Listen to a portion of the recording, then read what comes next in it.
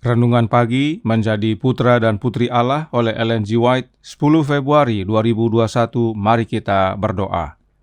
Bapa kami yang di sorga, Allah pencipta langit dan bumi, laut dan segala isinya, Allah yang maha besar, maha kuasa, sumber segalanya, yang kami sembah selalu melalui anak-Mu yang tunggal, Yesus Kristus. Terpujilah Yesus, anak Allah yang maha tinggi, yang adalah pokok anggur yang benar bagi kami. Pada pagi hari ini kami bersyukur boleh bangun dan berbakti dan sebagaimana membaca serta mendengarkan nasihat firman-Mu. Kiranya Roh-Mu ya Yesus menguasai hati dan pikiran kami, sehingga kami dituntun ke dalam seluruh kebenaran, hidup kami diubahkan. Beserta kami sepanjang perbaktian ini kehendak-Mu yang jadi, ampun kami akan dosa dan salah, karena kami berdoa hanya dalam nama anak Allah yang tunggal, Yesus Kristus, yang adalah Tuhan dan Juru Selamat kami. Amin. Renungan hari ini berjudul, Kita diberi jaminan hidup yang kekal. Ayat inti terdapat dalam Wahyu 22 ayat 14. Berbahagialah mereka yang membasuh jubahnya. Mereka akan memperoleh hak atas pohon-pohon kehidupan dan masuk melalui pintu-pintu gerbang ke dalam kota itu. Kasih sayang orang yang suka kepelesiran ditarik jauh dari hal-hal surgawi kepada hal-hal duniawi. Ia menurunkan derajat kemuliaan kekekalan kepada zaman yang memikat perhatian. Dalam keinginannya hendak memiliki kekayaan-kekayaan duniawi, harta surgawi hilang dari pemandangan. Tuntutan-tuntutan hidup yang akan datang tidak diindahkan, lalu segala kepentingan hidup yang sekarang ini jadi tergoncang. Kristus membawa dunia yang lebih mulia itu kepada pemandangan. Ia menghadapkan segala keuntungan kewarganegaraan dalam kota itu yang memiliki fondasi yang dibangunkan dan dijadikan oleh Allah. Ia membawa kita kepada ambang kekekalan dan membawa kepada kita segala kemuliaannya, menyatakan semuanya itu dapat tercapai oleh semua orang yang mau hidup setuju dengan hukum-hukum Allah. Oleh penurutan kepada hukum-hukum Allah, keluarga manusia boleh menjadi satu keluarga yang bersatu dan berbahagia di dalam kota Allah. Tetapi tidak ada tempat di sana bagi orang yang tak menaruh penghargaan bagi kehendak Tuhan. Semua orang yang mau boleh mendapat hidup yang kekal, tetapi mereka mesti memperolehnya oleh menerima hukum Allah sebagai penuntun mereka dalam hidup ini ketimbang berusaha untuk mengikuti hukum-hukum mereka sendiri. Bagi mereka yang mau menghidupkan suatu kehidupan yang sesuai dengan Bapa, maka Kristus akan mencurahkan jasa-jasa hidupnya. Apakah engkau berpikir bahwa para pemelihara hukum itu akan merasa menyesal dan berduka apabila pintu-pintu gerbang mutiara kota keemasan Allah itu terbuka lebar-lebar atas engselnya yang berkilau-kilauan dan mereka disambut masuk? Tidak, sekali-kali tidak.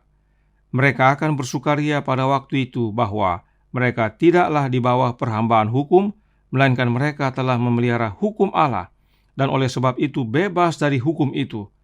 Mereka akan berhak kepada pohon kehidupan, berhak kepada daunnya yang menyembuhkan. Allah yang di sorga telah menaruh suatu berkat atas mereka itu karena mereka memelihara segala perintah Allah. Orang yang telah setia atas hal-hal kecil di dunia ini akan dijadikan pemerintah atas banyak hal dalam dunia kemuliaan yang kekal. Selamat pagi saudaraku dalam Tuhan. Renungan hari ini berkata dalam Menjadi Putra dan Putri Allah, halaman 50 paragraf 2 yang berbunyi, oleh penurutan kepada hukum-hukum Allah, keluarga manusia boleh menjadi suatu keluarga yang bersatu dan berbahagia di dalam kota Allah. Tetapi tidak ada tempat di sana bagi orang yang tak menaruh penghargaan bagi kehendak Tuhan. Inilah makna dari judul renungan hari ini yang berkata, kita diberi jaminan hidup yang kekal. Oleh penurutan kepada hukum Allah, kita diberi jaminan hidup yang kekal, yaitu menjadi satu keluarga yang bersatu dan bahagia di kota Allah. Siapa Allah yang dimaksudkan? Perhatikan White dengan jelas dan nyata menuliskan dalam tulisan aslinya, hukum Jehovah. Nah, siapakah Jehovah? Dia adalah Allah Bapa. Silahkan lihat kembali pelajaran tanggal 7 Februari 2021. Namun, tentang penurutan ini penting kita pahami bahwa Kisah Para Rasul halaman 357 ayat 1 menyatakan, hanya oleh iman kepada Kristus dapatlah orang berdosa dibersihkan dari kesalahannya dan disanggupkan untuk memberikan penurutan kepada hukum haliknya. Kita dapat menuruti hukum Allah Bapa hanya oleh iman kepada Kristus atau iman di dalam Kristus. Mengapa hanya kepada Kristus atau di dalam Yesus? Karena Kisah Para Rasul halaman 427 paragraf 21 melanjutkan, dalam kehidupannya sendiri, ia memberikan suatu teladan tentang penurutan kepada hukum Allah. Apa pentingnya penurutan Yesus akan hukum Bapanya ini bagi kita? Perhatikan penjelasan Roh Nubuat berikut ini dari Membina Kehidupan Abadi halaman 241 paragraf 4 yang berkata, dengan penurutannya yang sempurna, ia memberikan kemungkinan bagi setiap orang untuk menaati hukum-hukum Allah. Bila kita menyerahkan diri kita kepada Kristus, hati itu dipersatukan dengan hatinya, kehendak dibenamkan dalam kehendaknya, pikiran menjadi satu dengan pikirannya, pikiran ditaklukkan kepadanya, kita menghidupkan kehidupannya. Itulah artinya dipakaikan dengan pakaian kebenarannya. Kemudian manakala Tuhan memandang kita, ia melihat bukan pakaian daun ara, bukan ketelanjangan dan cacat dosa, melainkan pakaian kebenarannya sendiri yang merupakan penurutan yang sempurna atas hukum Yahweh. Inilah pentingnya penurutan Yesus kepada hukum Bapanya atau hukum Jehovah atau hukum Yahweh. Sebab oleh penurutan Yesus yang sempurna tersebut memberikan kepada kita kemungkinan untuk dapat menurut dengan sempurna juga. Bagaimana caranya? Dengan menyerahkan diri kita kepada Yesus, yaitu hati kita dipersatukan dengan hatinya, bukan kehendak kita lagi yang jadi, tetapi kehendak Yesus yang jadi. Bukan do what thou will, tetapi thy will be done. Pikiran kita menjadi satu dengan pikiran Yesus. Paulus berkata, hendaklah kamu dalam hidupmu bersama menaruh pikiran dan perasaan yang terdapat juga dalam Kristus Yesus. Filipi 2 ayat 5. Maka dengan demikian, hidup Yesus menggantikan hidup kita. Kita menghidupkan kehidupan Yesus karena Yesus hidup dalam kita. Inilah maknanya menerima pakaian kebenaran Yesus. Sebab pakaian kebenaran Yesus itu sama dengan penurutan yang sempurna akan hukum Allah Bapa. Inilah makna dari ayat inti renungan hari ini. Membasuh jubah itu artinya melakukan perintah-perintah Bapa atau hukum-hukum Allah. Mari kita baca ayatnya dalam Wahyu 22 ayat 14. Dalam bahasa Indonesia berkata, berbahagialah mereka yang membasuh jubahnya. Mereka akan memperoleh hak atas pohon-pohon kehidupan dan masuk melalui pintu-pintu gerbang ke dalam kota itu. Namun dalam versi King James disebutkan bahwa berbahagialah mereka yang melakukan perintah-perintahnya. Mereka akan memperoleh hak atas pohon-pohon kehidupan dan masuk melalui pintu-pintu gerbang ke dalam kota itu. Atau dalam versi Indonesian Modern Bible yang mirip dengan King James yang berbunyi, berbahagialah mereka yang melakukan perintah-perintahnya. Mereka akan memiliki kuasa atas pohon kehidupan dan mereka boleh masuk melalui pintu-pintu gerbang ke dalam kota itu. Mengapa membasuh itu sama dengan melakukan? Karena bukan jubah kita lagi yang terlihat, tetapi jubah Yesus, jubah kebenarannya. Karena jubah kebenaran Kristus itulah penurutan hukum Allah yang sempurna. Dan saat kita menerima jubah kebenaran Yesus menggantikan jubah kita, maka kita dimampukan untuk menuruti hukum Allah dengan sempurna, sebab Yesuslah yang melakukannya. Mereka yang telah membasuh jubahnya atau telah menerima jubah kebenaran Kristus, yang adalah penurutan sempurna kepada hukum Allah Bapa, layak untuk memperoleh kehidupan kekal. Ini penting sekali kita pahami, karena Alkitab dan Roh Nubuat mengajarkan pembenaran oleh iman dan bukan oleh perbuatan. Dan iman yang dimaksud adalah iman di dalam Yesus Kristus. Karena oleh iman, Yesus tinggal dalam hati kita. Efesus 3 ayat 17. Berikut ini Roh Nubuat menjelaskan tentang pembenaran oleh iman. Selected Messages buku pertama halaman 367 paragraf 1 yang menjelaskan. Kebenaran adalah ketaatan pada hukum. Hukum menuntut kebenaran dan inilah hutang orang berdosa kepada hukum. Tapi dia tidak mampu memberikannya. Satu-satunya cara dia mencapai kebenaran adalah melalui iman. Oleh iman, dia dapat membawa kepada Allah jasa Kristus, dan Tuhan menempatkan penurutan putranya pada pertanggungan jawab orang berdosa. Kebenaran Kristus diterima menggantikan kegagalan manusia, dan Allah menerima, mengampuni, membenarkan jiwa yang bertobat, percaya, memperlakukan dia seolah-olah dia benar, dan mengasihinya seperti dia mengasihi anaknya.